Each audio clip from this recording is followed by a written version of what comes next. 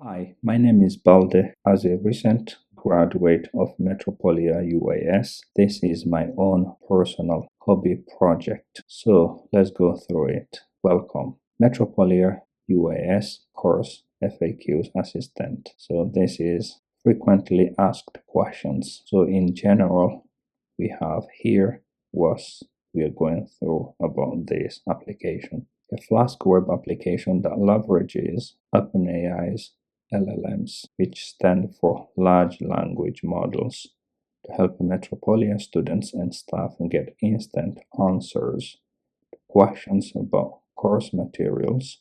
Simply paste lecture notes and ask a question. The AI will provide a concise, helpful response. So I will go briefly through those files content, but if you want to go deep inside and see what's going on, you have to go to this link. So this is the URL for this repo. So here you can go and check it yourself. You can even clone this repo and run it on your own machine to test what's going on. Here are the instructions in the README file here. So let's come back here. This is the .git ignore. Here we list what we don't want to push to the repo in the GitHub. As you can see, .env file, this file name, which I don't want to push to the GitHub repo, so I list it here. If you have also folders, for example, you can list them here, which you don't need to push to the GitHub repo. So here, this is the .env file. Here is an example of its content.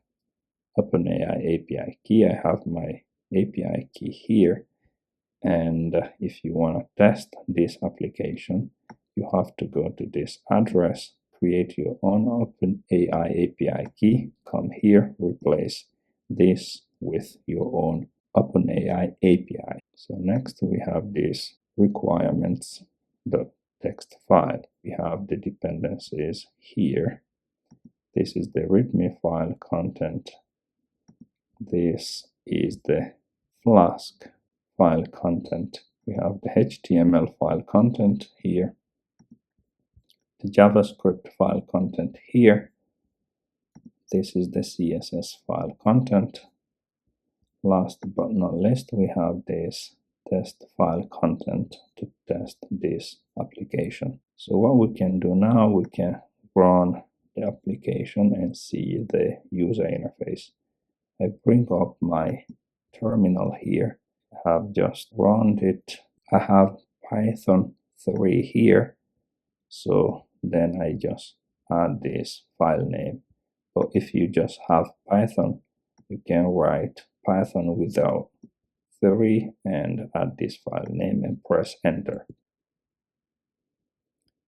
Now the application is running. As you can see here, we just have to copy this URL, which is the localhost IP address, and this port 5000.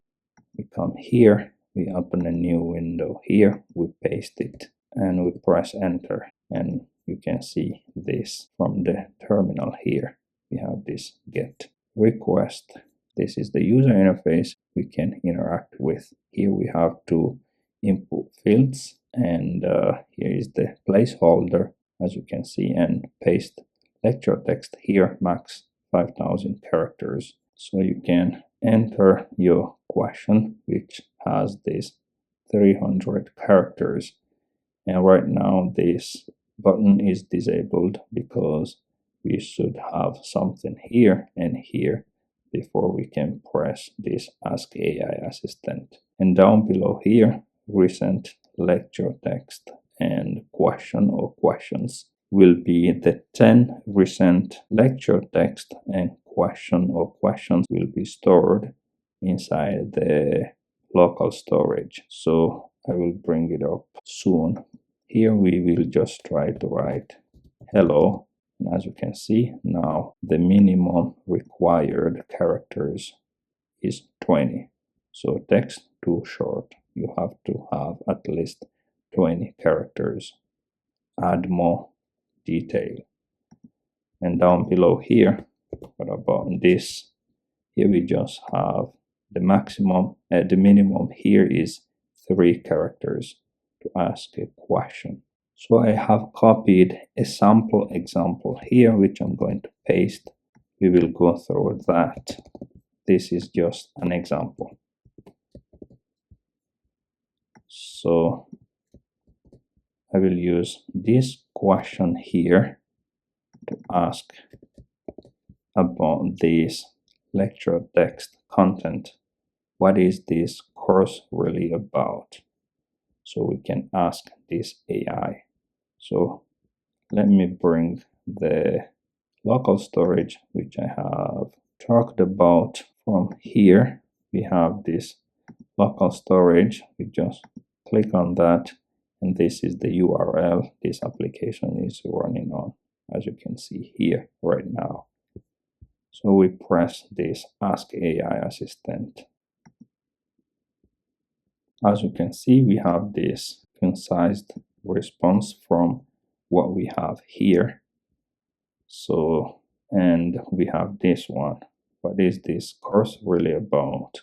This is the question here, and this text and the question here are stored inside this local storage. If we press on this one, you can see the content here. This is the question, and here is the content. And at the same time, there is the timestamp added here. For example, we can add here more text, and for example, ask it again.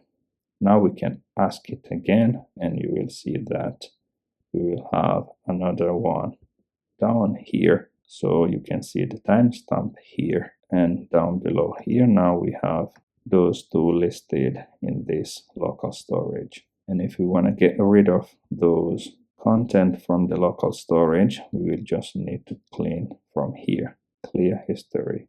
And now we have this alert. We press OK. As you can see, it's empty, and we can go back to the VS Code. And now let's try to run this test, which I did already. And this is the command I used to run the test. You just press enter, and everything passed, as you can see here. So this is the short demo about this application functionality. Thank you very much.